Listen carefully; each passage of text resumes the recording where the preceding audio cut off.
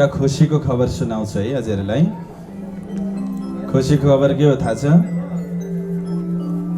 मलाई चर्चा गर्न 9 बजीसम्म समय दिनुभएको छ आयोजकले। कृष्ण कन्हैया लाल की। के अरे सर, रात हाम्रै हो नि होइन? धाम के धनी की। ल हात पग सौ अङ्गना सर्वेरी सन्तान जुजब कानव थयारे आथमते ए भाँड। सद्गुरु महाराजको वियोगको एउटा सानो चौपाई सुनाउँछु कि म कसरी आशिक भएँ। किनभने संसारमा के छ त भन्दाखेरि नि, संसारमा चाहिँ एउटा पतङ्गले अर्को पतङ्गलाई गएर भनेछ। पतङ्ग भनेको बुझ्नुहुन्छ? एउटा पुतली भनौँ जो बत्तीमा गएर झुम्मिन्छ नि, त्यसलाई पतङ्ग भन्नुभएको छ। एउटा पतङ्गले अर्को पतङ्गलाई गएर भनेछ, अरे अरे तँ यहाँ सुतेर बसेको छस् किन र, के भएर? थाहा छ, मैले दीपक देखेर आएँ। दीपक दीपक भनेको बत्ती। अनि त्यो सुतिरहेको पतङ्गले भनेछ, तेरो कुरामा कसरी पत्याउँ? तैँले दीपक देखेर आइस्। देखेर आएँ त मेरो वचनलाई नै तिमी प्रमाण मान। म मान्नेवाला छुइनँ। किन? या त तँ पतङ्ग नै होइनस्, या त तैँले देखेको बत्ती नै होइन। किन? तँ पतङ्ग थिइस् अनि त्यो बत्ती थियो भने तँ फर्केर आउँथिस्, या त तैँले त्यसलाई निभाएको हुन्थिस्, या त तँ जलेर भस्म भएको हुन्थिस्। दुईटामा एउटा हुन्थ्यो। यसरी तँ फर्केर आउँदैन थिइस्, किनकि नुनको मूर्तिले सागरको गहिराई नाप्न सक्दैन। नुनको मूर्ति फुर्ती लगाएर म सागरको गहिराई नापेर आउँछु भनेर गयो भने कसैले पत्याउँछ?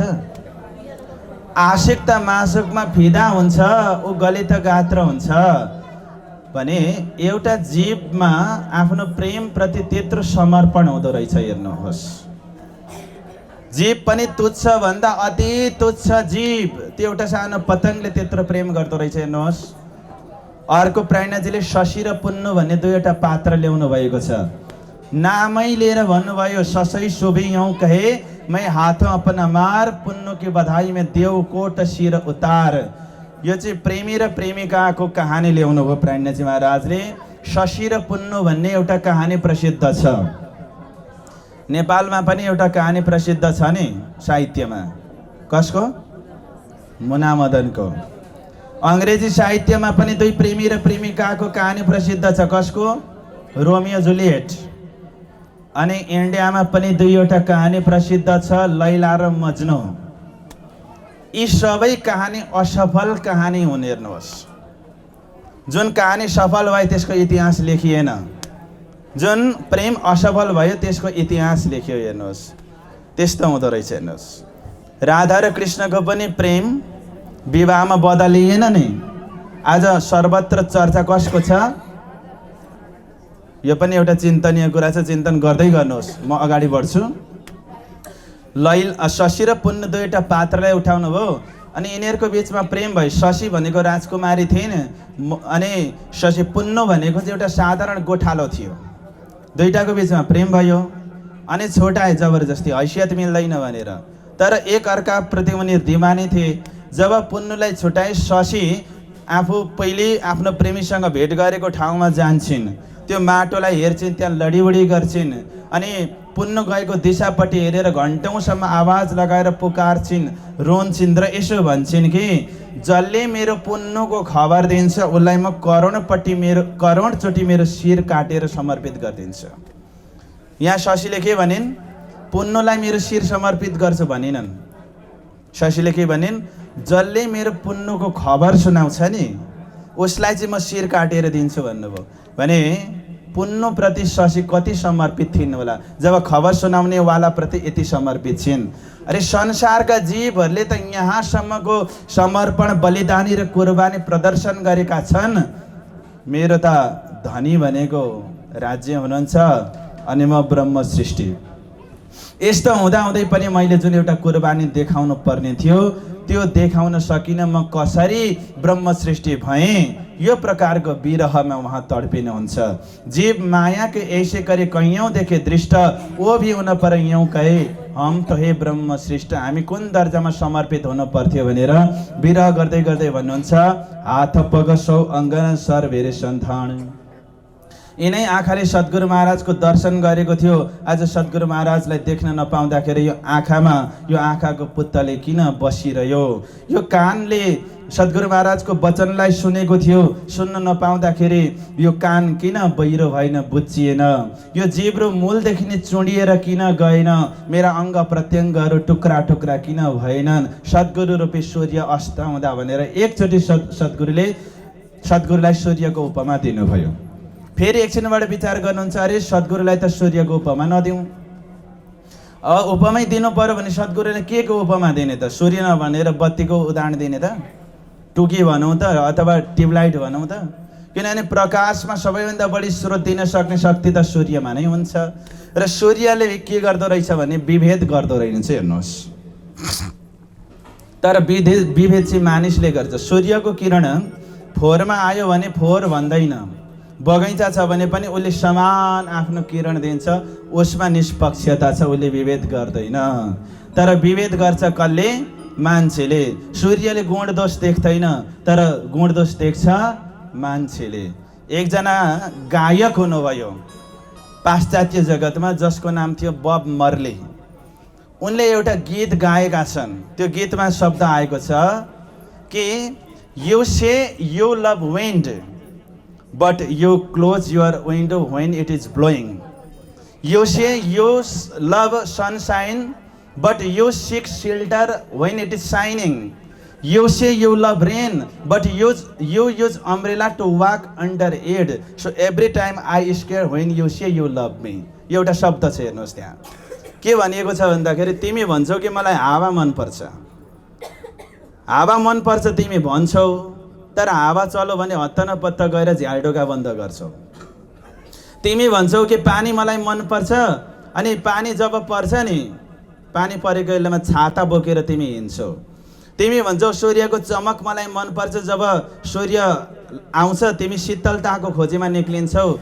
र म हरेक समय डराउँछु जब तिमीले मलाई भन्छौ कि म तिमीलाई माया गर्छु। किन भन्दाखेरि तिमी जो बोल्छौ त्यो पुरा गर्दैनौ, त्यस कारणले गर्दाखेरि मलाई डर। मान्छे जो बोल्छ त्यो पुरा गर्दैन, तर सूर्य जस्तो भए पनि ऊ चम्किन छोड्दैन। गर्मीको समयमा सूर्यको निन्दा हुन्छ, ए यो सूर्य कति लागेको, कति गर्मी भएको। त्यो निन्दा सुनेर थपक्कन ऊ आकाशबाट भागेर अर्कैपट्टि जाने पनि होइन। जाडोको समयमा सूर्यको प्रशंसा हुन्छ, वा सूर्यको घामको किरणमा बस्न पाइयो, बडा आनन्द भयो, बडा न्यानो भयो। सूर्यको प्रशंसा हुन्छ, ए मेरो प्रशंसा पो गरे भनेर राति पनि सूर्य त्यहीँनिर बसिदिँदैन, आफ्नो समय आइसके पछाडि ऊ अस्त हुन्छ। यस्ता विशेषताहरू सूर्यमा देख्नुहुन्छ एकचोटि, अनि सूर्यको उपमा दिनुभयो। फेरि एकछिन पछाडि विचार गर्नुहुन्छ, मेरो सद्गुरुलाई सूर्यको उपमा पनि कसरी दिउँ? किनभने सूर्यको किरण त 3.5 करोड योजन परसम्म मात्र जान्छ। मेरो सद्गुरुको ज्ञानको प्रकाश त 14 लोक विश्व ब्रह्माण्डलाई फोडेर, शून्य निराकारलाई फोडेर, अक्षरधामलाई पनि फोडेर परम धाम गएर मिलेको छ। अब मेरो सद्गुरु धनीलाई सूर्यको पनि उपमा दिन भनेर विरहको भावमा सद्गुरु महाराजको महिमाको वर्णन गर्नुभएको छ। त्यो प्रसङ्गलाई मैले बाणीको माध्यमबाट थोरै यहाँनिर सुनाएँ। अब कहानी अगाडि बढ्छ। सद्गुरु महाराज धाम गइसके पछाडि गादी खाली भयो। धेरै समयसम्म त्यहाँनिर गादीमा बस्ने उत्तराधिकारी भेटिएन। तब बालभाइ आएर भन्नुहुन्छ कि कोही आउँदैनन्, अब त त्यहाँनिर झारपात पलाइसक्यो नौतनपुरीमा, त्यहाँनिर गादीमा को चाहिँ बस्छ त सल्लाह गर्नु पर्दैन, मेराज यसरी घरमा बसेर हुन्छ भनेर बालभाइ आउँदाखेरि मेराज ठाकुर प्रणेज, अब म मेराज ठाकुर भन्दिनँ है, अब म के भन्छु? सद्गुरु त किन भन्छु त, उहाँको अन्तर्ध्यानै जब भइसक्यो, अब म प्राणनाथजी भन्छु। किन भन्दाखेरि सद्गुरु महाराज जब इन्द्रावतीको हृदयमा गएर विराजमान हुनुभयो नि, तब उहाँ प्राणनाथ हुनुभयो। सद्गुरु महाराज भित्र स्वयं पूर्ण ब्रह्म परमात्मा हुनुहुन्छ भनेपछि अब इन्द्रावतीको हृदयभित्र सद्गुरुको हृदयभित्र राज्य महाराज हुनुहुन्छ, तब प्राणनाथजी हुनुभयो। अनि प्राणनाथजी महाराजले भन्नुभयो त के गर्ने त के छ त विचार कसलाई राखौँ बालभाइ अन्त बालभाइले भन्नुहुन्छ निशबत नसलिसे करी बिहारीजी हे शिरदार। वास्तवमा रगतको सम्बन्धले हेर्ने भने त बिहारीजी नै योग्य हुनुहुन्छ, किनकि बिहारीजी भनेको सद्गुरु महाराजको पुत्र हुनुहुन्छ। जब यो शब्द सुन्नुभयो प्राणनाथजी महाराजले भन्नुभयो यही बात हे शिरे, अरे मेरो मनमा पनि यही लागेको थियो बिहारीजी महाराजलाई राखौँ भनेर, तिमीले भन्यौ ठिक छ ओके डन। अब बिहारीजी महाराजलाई गादीमा राख्नुपर्छ भनेपछि यो सल्लाह गरेर बिहारीजी महाराजलाई गादीमा राखियो। अब बिहारीजी महाराजलाई सद्गुरु स्वरूपमा सबैले चरणमा प्रणाम गर्न थाले। बडा आनन्द र प्रसन्नता भयो। यो घटना 1712 को हो।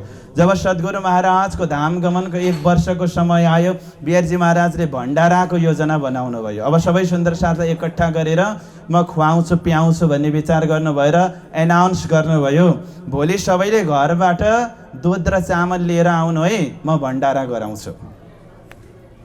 शब्द सुन्नुहोस्, सबैले दुध र चामल लिएर आउनुहोस्, भण्डारा मेरो तर्फबाट। तब ठिकै छ भन्ने हिसाबले भोलिपल्ट एउटा दुधको ठुलो ट्याङ्की ड्रम राखिएको थियो अनि सबैले त्यहीँनिर ल्याएर दुध खन्याउने भनेर सल्लाह गरे। एकजना व्यक्तिको चाहिँ घरमा गाई रहेनछ, दुध पनि उनले भेटेन अनि विचार गरे सबैले दुध लिएर आउँछन्, मैले चाहिँ दुधको ठाउँमा अलिकति पानी लगेर हालिदिन्छु, कसैले थाहा पाउँदैन दुधै भइहाल्छ भन्ने सोचे उनले। अनि भोलिपल्ट सबैले दुध लगेर खन्याए, त्यो एउटा व्यक्तिले चाहिँ पानी लगेर खन्यायो। अब दुध कति एकट्ठा भएछ भनेर बिर्को खोलेर हेर्दाखेरि त सबै पानी नै पानी भएछ। सबैको मनमा चाहिँ त्यही भावना आएछ र सबैले पानी ल्याएर आएर एक दिनले भएछ क्या त्यहाँनिर। अब त दुध त आएन, के गर्ने, भण्डारा भनेको छ पानीकै हलवा भए पनि खुवाउनु पर्यो भनेर पहिलो वर्ष त्यसरी नै भण्डारा सकियो। दोस्रो वर्ष प्राणनाथजी महाराजले सोच्नुभयो म मन्त्री पनि भएको छु, अलिकति गतिलै खालको भण्डारा दिनुपर्छ भन्ने लागेर अब सामग्रीहरू एकट्ठा गर्न थाल्नुभयो। तर सामग्रीहरूको दुरुपयोग नहोस्, सदुपयोग होस्, कुशल हातले त्यो सामग्रीहरू चलोस् भनेर आफ्नो घरमा एउटा गोदाम बनाउनु भयो र सामग्री एकट्ठा गर्न थाल्नुभयो। किनकि सद्गुरु महाराजले भन्नुभएको थियो भण्डारा लगाउनु मेला लगाउनु भन्ने वचनलाई उहाँले याद पनि गर्नुभयो। अब भण्डारा लगाउने मेला लगाउने भन्ने योजनाले सामग्री एकट्ठा गर्न थाल्नुभयो। चुगली पर्यो राजालाई, मन्त्रीले गलत तरिकाले सामग्री एकट्ठा गरेर राखेको छ।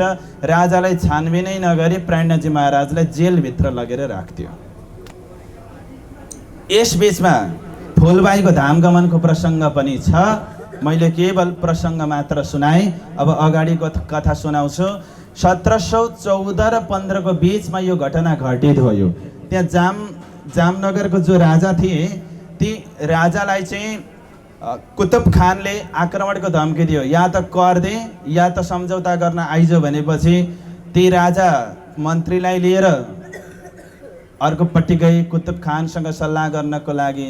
यता प्राणनाथजी महाराजलाई थुनामा राखिएको समय चाहिँ लम्बिँदै 1 वर्ष बित्यो। त्यो समयमा केवल प्राणनाथजी महाराज मात्रै हुनु हुँदैन थियो। त्यति बेला प्राणनाथजी महाराजको माइलो दाजु श्यामल दास जो कडा स्वभावको हुनुहुन्थ्यो उहाँ पनि साथमा हुनुहुन्थ्यो।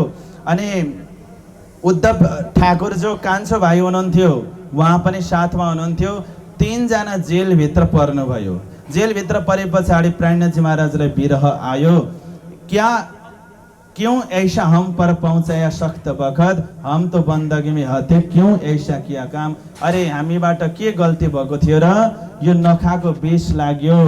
मैले त सुन्दर साथलाई भण्डारा लगाउँछु मेला गर्छु भन्ने पवित्र भावना राखेको थिएँ, तर आज जेलभित्र आएर बस्नु पर्यो।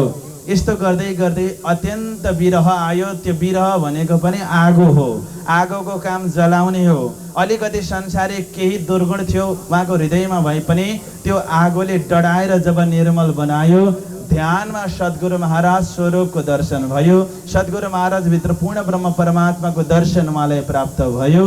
अब पूर्ण ब्रह्म परमात्माको माध्यमबाट इन्द्रावतीको मुखारविन्दबाट दिव्य बाणीको अवतरण भयो। कति बेला भयो त भन्दाखेरि विरहको रसले घायल भएर अन्तिम अवस्थामा पुगिसकेपछि। विरहको लक्षण कस्तो हुन्छ? विरह नदेवी बैठने उठ्ने बिना दे, लोटपोट भी ना कर सके हुक्का हुक्का सासले। विरह हुँदाखेरि न बस्न सकिन्छ, न उठ्न सकिन्छ, न गर्न लोटपोट गर्न सकिन्छ। हुक्क हुक्क सास हुन्छ, गरम सास निक्लिन थाल्छ। यस्तो अवस्थामा पुगेर पर्दा निकालेर धनीले दर्शन दिनुभयो। अब धड धडाट इन्द्रावतीको मुखारविन्दबाट दिव्य वाणीको अवतरण भयो। स्वयं त्यहाँनिर राज्य महाराजले त्यो दिव्य वाणीको अवतरण गराउनु भएको थियो। जब यो दिव्य वाणीहरू अवतरित भए रासको प्रसङ्ग सुरु भयो। रासको प्रसङ्ग सुरु हुँदाखेरि ब्रज गोपी हिँडेको, उनीहरू दौडेको, कोलाहल गरेको, उनीहरू हिँड्दाखेरि पाउजो बजेको आवाज त्यहाँनिर प्रत्यक्ष सुनिन थाल्यो। रासको वर्णन गर्दाखेरि बाँसुरीको धुन प्रत्यक्ष बजेको त्यहाँनिर देखियो, सुन्न थालियो। यो देखेर त्यो अलौकिक झाँकी दिव्यता देखेर रानीहरू छक्क परे। अब इन्द्रावतीको मुखारविन्दबाट यस्तो दिव्य वाणी अवतरित भएको देखेर उद्धव ठाकुरले सोच्नुभयो। उद्धव ठाकुर भित्र पनि उत्तम बाईको वासना विद्यमान थियो। अरे यो त दिव्य वाणी हो, यसलाई त लेख्नुपर्छ भनेर लेख्नको लागि तयार हुनुभयो। तर खाता कलम थिएन। त्यहाँ अङ्गारहरू थिए त्यो जेलभित्र, जसलाई हप्सा भनेर अहिले पनि हामी जाने गर्छौँ। त्यो अङ्गारहरूले भित्तामा लेख्न थाल्नुभयो। यो देखेर रानीहरूले खाता कलम मगाए अनि उद्धव ठाकुरलाई दिए। उद्धव ठाकुरले प्राज्ञजी महाराजको मुखारविन्दबाट दिव्य वाणी अवतरित हुँदै गयो। यता उद्धव ठाकुर यानि कि उत्तम बाईले लेख्दै लेख्दै लेख्दै लेख्दै जानुभयो। जस्तो व्यासजी महाराजले महाभारत भन्दै भन्दै जानुभयो, गणेशजीले लेख्दै लेख्दै जानुभयो। त्यस्तै इन्द्रावतीको मुखारविन्दबाट दिव्य वाणी अवतरित हुँदै हुँदै आयो। त्यसलाई लेख्ने काम उद्धव ठाकुरले गर्नुभयो। दृष्टान्त पहिल्यै आइसकेको थियो, यहाँनिर सिद्धान्त घटित भयो। दिव्य वाणी अवतरित हुँदै हुँदै रास ग्रन्थको अवतरण पुरा भयो, प्रकाश ग्रन्थको अवतरण पुरा भयो, षट्ऋतु ग्रन्थको अवतरण पुरा भयो। कलशको 2 चौपाई अवतरित भइसके पछाडि अवतरणको क्रम बन्द भयो। बोलो कृष्ण कन्हैया लालको। यहाँनिर मैले प्राज्ञजी महाराजले रचना गर्नुभयो भनिन, प्राज्ञजी महाराजले लेख्नुभयो भनिन। के भने वाणी अवतरण भयो भने, किनभने अवतरण भनेको के हो, माथिको चिज तल आएर बस्नु हो कि होइन। जहाज अवतरण भनेको के हो, आकाशको प्लेन चाहिँ जमिनमा गएर ल्यान्डिङ हुनु, जहाज अवतरण हो कि होइन।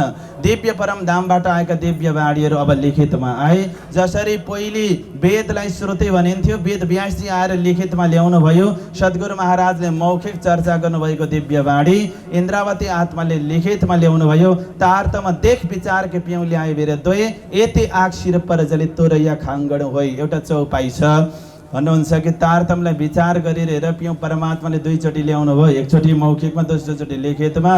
त्यस्तो मेहनत गरेको देख्दा देख्दै पनि तिमी चाहिँ किन खाङ्गडो भएर बसेको भन्नुभयो।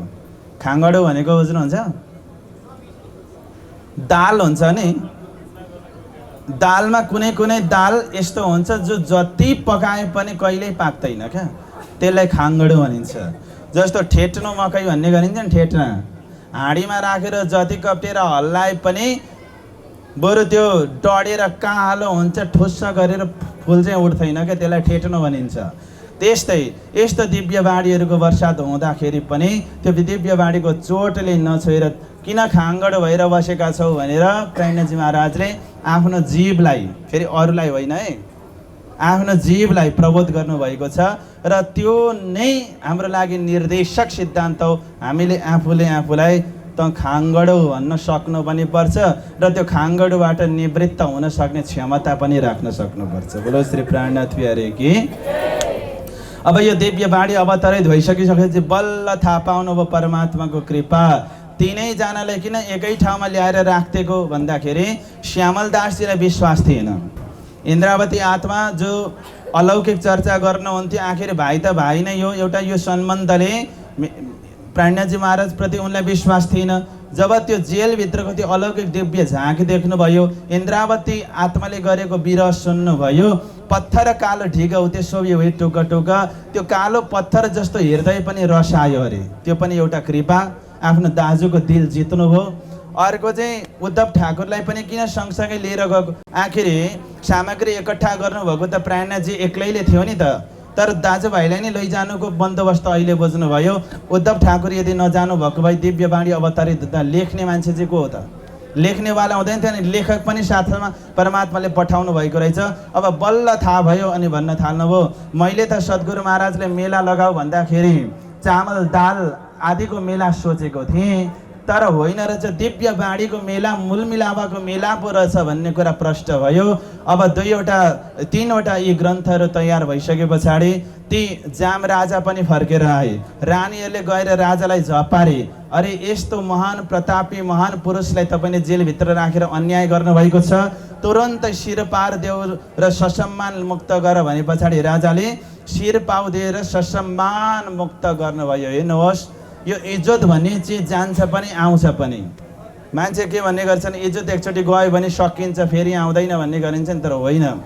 जेल लाँदाखेरि उहाँको बदनामी त कमियो होला नि। 1 वर्ष जेलभित्र बस्दाखेरि उहाँलाई भ्रष्टाचारी भनियो होला, उसलाई भ्रष्ट भनियो होला, तर 1 वर्ष पछाडि राजाले ससम्मान मुक्त गरेर फुलको माला लगाइदिएर शिर पाउदिएर मुक्त गर्दाखेरि उहाँको स्वाभिमान कहाँ पुग्यो होला, उहाँको इज्जत कहाँ पुग्यो होला। हिजो तिनै विरोध गर्नेले आज प्राणजी महाराजको प्रशंसा गर्न थाले, तसर्थ यो सम्मान विरोध निन्दा स्तुति भइरहन्छ, यसलाई स्वाभाविक रूपमा स्वीकार गर्न सक्नुपर्छ। कृष्ण कन्हैया लालको। हजुरहरू हेर्नुहोस् त, ठुल्ठुला नेताकै कुरा गरौँ न एकछिन। एकैछिनमा पुतला जलाइरहेका हुन्छन्, जुत्ता हानिरहेका हुन्छन्, ढुङ्गा हानिरहेका हुन्छन्, फेसबुकमा अनेक प्रकारको गाली गरेको सुनिन्छ। फेरि तिनै मन्त्री जाँदाखेरि फुलको माला बोकेर पनि तिनै तयार भएर बसेका हुन्छन्। तसर्थ यो चलिरहन्छ, यो इतिहास परम्परा कालदेखि चल्दै आएको चिज हो। जब मुक्त हुनुभयो, प्राणजी महाराजले लगेर त्यो ग्रन्थ देखाउनु भयो बिहारीजी महाराजलाई। बिहारीजी महाराजले त्यो कुरा देख्नुभयो अनि देखिसकिसके पछाडि जुन एउटा बिरह बाणी थियो, त्यसको चाहिँ के सोच्नुभयो भने, म प्रति इन्द्रावतीले आँसु बगाए, म त जिउँदै एक ठाउँमा बसेको थिएँ, म प्रति यिनी त्यसरी किन रुनु पर्थ्यो भनेर आफ्नो शिरमाले। प्राणजी महाराज पनि एकचोटि कन्फ्युज हुने, मैले बिरह को प्रति पो गरेँ, सद्गुरुप्रति कि बिहारी प्रति भन्ने जस्तो पर्यो। अनि सटरितेको सुकन वचन त्यहाँनिर देख्नुभयो, बिरह बाणी। त्यो देखिसके पछाडि इत बिहारीजी चम्के, उनी झसङ्ग भए। अनि उनले भने, यो ग्रन्थ जो जाहेर भएको छ, म यो चलाउन दिन्न। हाम्रो त मौखिक सुनाउने परम्परा छ, यो परम्पराको निरन्तरताको क्रम भङ्ग गर्न तिमीले पाउँदैनौ, किनकि गादीमा बसेको म छु, मैले भनेको हुनुपर्छ भनेर ती ग्रन्थहरू नै बिहारीजी महाराजले गायब बनाइदिनु भयो। तर पनि पहिल्यै थाहा थियो बिहारीजी महाराजको स्वभाव र 2वटा पाण्डुलिपि तयार पार्नु भएको थियो। अनि ती अर्को पाण्डुलिपि प्रतिलिपिको साथमा अब त्यहाँ एकै ठाउँमा बस्न सक्ने स्थिति भएन, किनभने 2वटा बाघ एउटै खोरमा बस्न सक्दैनन्, 2वटा तरबार एउटै म्यानभित्र पस्न सक्दैनन्, अलग अलग हुनुपर्छ। पहिले नै भोजनमा रेखा खिचेर अलग अलग जागने हुनुपर्छ भन्ने कुराको सङ्केत दिएकै थिए। प्राणजी महाराजलाई एउटा गाउँ पनि मिलेको थियो। अब गाउँ बसाउनको लागि भनेर प्राणजी महाराजले त्यो ठाउँ छोडेर अन्यत्र जाने फैसला गर्नुभयो र जुनागढको लागि भनेर प्रस्थान गर्नुभयो। बोलो श्री प्राणनाथ प्यारे की, कृष्ण कन्हैया लाल की, सद्गुरु महाराज की। जुनागढको लागि भनेर जाँदै हुनुहुन्थ्यो, धोराजी भन्ने एउटा ठाउँ आयो। धोराजीमा एकछिन विश्रामको लागि नदीको छेउमा बस्नुभएको थियो प्राणजी महाराज आफ्नो टोली सहित। उताबाट एकजना वीरजी भान्जी नाम गरेको व्यक्ति आफ्नो एउटा कन्यालाई लिएर आउनुभयो, छोरीलाई लिएर आउनुभयो। कसले अरे? वीरजी र भान्जीले। कुन ठाउँमा? वीरजी र भान्जी होइन, वीरजी भान्जी एउटै है त, नाम वीरजी भान्जी। उहाँले आफ्नी छोरीलाई लिएर आउनुभयो। छोरीको नाम थियो तेज कुँवरी। के थियो अरे? यो घटना कुन ठाउँमा हुँदैछ? धोराजीमा। अनि ती कन्या अविवाहित थिइन्। अनि प्राणजी महाराजलाई ती तेज कुँवरीले जब देखिन्, घुम्टो हालिन्। वीरजी भान्जीले भन्नुभयो, छोरी कि तिमीले के गरेको? तिमी अविवाहितै हौ, तिमीले घुम्टो हाल्नु पर्दैन त भन्दा तेज कुँवरी भन्छन्, म अविवाहित यो जन्ममा त हुँ, तर पहिलो जन्ममा जोसँग विवाहित थिएँ मेरो पूर्व जन्मको पतिलाई मैले देखेर घुम्टो हालेको भनेर उनले उत्तर दिइन्। कस्तो कुरा गर्छ? त्यस्तो नभने कसैले सुन्यो भने हाम्रो बदनामी हुन्छ, इज्जत जान्छ भन्दा सत्य कुरा हो पिताजी। जो अगाडि बसेको पुरुष हुनुहुन्छ नि, त्यो मेरो पूर्व जन्मको पति, उहाँको नाम मेराज ठाकुर हो भनेर सारा वृत्तान्त सुनाउनु भयो। अनि नजिक लगेर देखाए पछाडि प्राणजी महाराजले पनि ती तेज कुमारीभित्र अमलावतीको वासना परख्नुभयो, चिन्नुभयो कि पूर्व जन्म कि फुलबाई भन्ने कुरा। तर एकैचोटि स्वीकार गर्न मिलिहाल्दैन थियो, किनकि सामाजिक मर्यादाको पनि ख्याल गर्नुपर्ने हुन्थ्यो। जसरी सीतालाई रावणले राखेको थियो र भेट हुँदाखेरि रामले अग्नि परीक्षा लिनुभएको थियो। रामलाई त थाहा थियो नि सीता पवित्र छिन् भन्ने कुरा, तर मानिसले निन्दा गर्छन् भन्ने कुराबाट बचाउनको लागि अग्नि परीक्षा लिनुभएको थियो। त्यस्तै प्राणजी महाराजले सवाल जवाफ गर्नुभयो, यदि म तिम्रो पूर्वजन्मको पति हो भने मेरो विषयमा बताउ न त भन्दाखेरि तेज कुमारीले तपाईँ केशव ठाकुर र धनभाइको पुत्र हुनुहुन्छ, तपाईँका 3 जना दाइ 1 जना भाइ, यस्तो घर छ, यतिवटा कोठा छ, यतिवटा ढोका छ, सबै वृत्तान्त सुनिसकेपछि सबैले विश्वास गरे। प्राणजी महाराजले भन्नुभयो, यो जन्ममा तिमीलाई म धर्म पत्नीको रूपमा स्वीकार गर्न सक्दिनँ, तर एउटा सेविकाको रूपमा म स्वीकार गर्न अवश्य सक्छु, तर अहिले समय भएको छैन, जति बेला समय हुन्छ म त्यति बेला बोलाउँछु भनेर प्राणजी महाराज धोराजीबाट पनि अगाडि जुनागढपट्टि प्रवेश गर्नुहुन्छ। कृष्ण कन्हैया लाल की बाइजराजको भजन छ। अनि जुनागढमा जानुभयो। जुनागढमा 2 वर्ष बस्नुहुन्छ। कति बस्नुहुन्छ अरे? 2 वर्ष बस्नुहुन्छ। अझै टाइम छ है त। कृष्ण कन्हैया लालको सुन्नु पर्छ। कभी कभी ऐसा होता है, जो होता है अच्छे के लिए होता है भन्छ नि। किनकि प्रसङ्ग धेरै लामो थियो, समय 9 बजे पुऱ्याइदिनु भयो, मेरो लागि त खुसीको कुरा भयो। यही बाहनामा हजुरहरूले पनि त सुन्न पाउनुभयो। भन्नेलाई फुलको माला, सुन्नेलाई सुनको माला, अझ होइन। बरु नाच्ने भने इसारा गर्नु होला, नचाउँला, फेरि प्रसङ्ग सुरु गरौँला, केही छैन। आउनुहोस्। जुनागढ पुग्यो। जुनागढमा पहिल्यै सद्गुरु महाराजको एकजना शिष्य हुनुहुन्थ्यो, जसको नाम थियो कान्छी भाइ। यी कान्छी भाइले एकजना सेठको सेवा गर्नुहुन्थ्यो, सेठको नाम थियो हरिजी व्यास। उनी एक दिन बिमारी परि अन्तिम अवस्थामा पुगे पछाडि आतुरी दान भयो, 10 दान आदि क्रियाहरू त्यहाँनिर हुन थालेपछि उनले रोके, अरे यस्तो नगर्नुहोस्, यो जमपुरीको साधन म माथि प्रयोग नगर्नुहोस्, म तिमीले जहाँ पठाउन खोज्दैछौ त्यहाँको म बासिन्दा होइन, म त अर्कै इन्टक हो भनेर यिनले यो आवाज लगाइसके पछाडि कान्छी भाइ विचार गर्छन् कि हाम्रो समुदायको बिचमा त यी छैनन्। यिनले त बडा गजबको कुरा पो गरे, स्वर्ग वैकुण्ठलाई पनि लत्याएर अझै माथि जाने कुरा पो गर्छन् त यी। यिनलाई त ठिक पो पार्न पर्यो, निको पो पार्न पर्यो, मर्न दिनु भएन, अझै मजाले सेवा गर्नु पर्यो भन्ने भावना उहाँलाई आयो। र उहाँ चाहिँ मर्ने बेलामा पनि 2वटा चिज मैले साथैमा लिएर जाँदैछु भन्ने अभिमान उहाँमा रहेछ। उहाँले भन्नुभयो, जाकोमै हाँ कैसो ना न कै किनने, जाकोमै ना कैसो हाँ न कै किनने, म मर्दैछु तर 2टा चिज चाहिँ म लिएरै जान्छु भनेर उनले अन्तिम अवस्थामा पनि भनेको सुने। के रहेछ त? जसलाई मैले हो भने आजसम्म होइन भन्ने मैले कोही भेटिनँ, जसलाई मैले होइन भनेको छु हो भन्नेवाला अर्को ज्ञानी मैले भेटिनँ। यो 2वटा चिजको गर्व चाहिँ म सँगसँगै जाने हो भन्ने अलिकति अभिमान पनि त्यहाँ देखियो। अनि कान्छी भाइले विचार गर्दै हुनुहुन्थ्यो। यसै बिचमा प्राणजी महाराजको भेट भयो। तब नित्य नयाँ नयाँ सब्जीहरू ल्याएर बडा तागतिलो तन्दुरुस्त बनाउनु भयो। उनी हरिजी व्यास स्वस्थ बने। अनि खुसी भएर के माग्छौ त कान्छी भनेर सोद्धा कान्छीले भन्नुभयो, अहिले म माग्दिनँ, तपाईँ ठिक हुनुभयो, मेरो लागि खुसीको कुरा नै यही हो। फेरि दोस्रो पटक पनि असह्य भयो, केही त माग, म दिन तयार छु, कसैले मलाई 1000 रुपैयाँ ल्याएर दियो भने पनि म त्यति खुसी हुने थिइनँ जति तिम्रो सेवाबाट म खुसी भएँ भनेपछि अब चाहिँ यही समय हो, सही समय हो भनिसकेपछि कान्छी भाइले भन्नुभयो, तपाईँ एउटा चिज दिनुहोस् न त मलाई, तपाईँलाई दिन नै इच्छा भए। के दिउँ त भनेर हरिजी व्यासीले भन्नुभयो। कान्छी भाइले भन्नुभयो, मेरो चिनजानको एकजना साधु हुनुहुन्छ त, उसलाई तपाईँ चर्चा सुनाउनुहोस् भने पछाडि त शाबाश कान्छी तुमको क्या ते माग्या मुझसे, एक तो राजकीय सेवा में ने फिर चर्चा सुना भनेको। अरे माग्न पनि के माग्यौ तिमीले त, बडा सुन्दर कुरा पो माग्यौ। एक त सेवा गरेर खुसी बनायो, अझै साधुलाई चर्चा सुनाऊ भनेर झन् खुसी पो देऊ। तिम्रो धेरै धेरै कल्याण होस्, बुलाओ साधु वे कहाँ मैं चर्चा सुनाऊ ताई। कृष्ण कन्हैया लाल को के भन्नुभयो? अरे त्यो साधु कहाँ छ बोलाएर ल्याइहाल म सुनाउँछु। म अगाडि आयो हेर्नुहोस् त।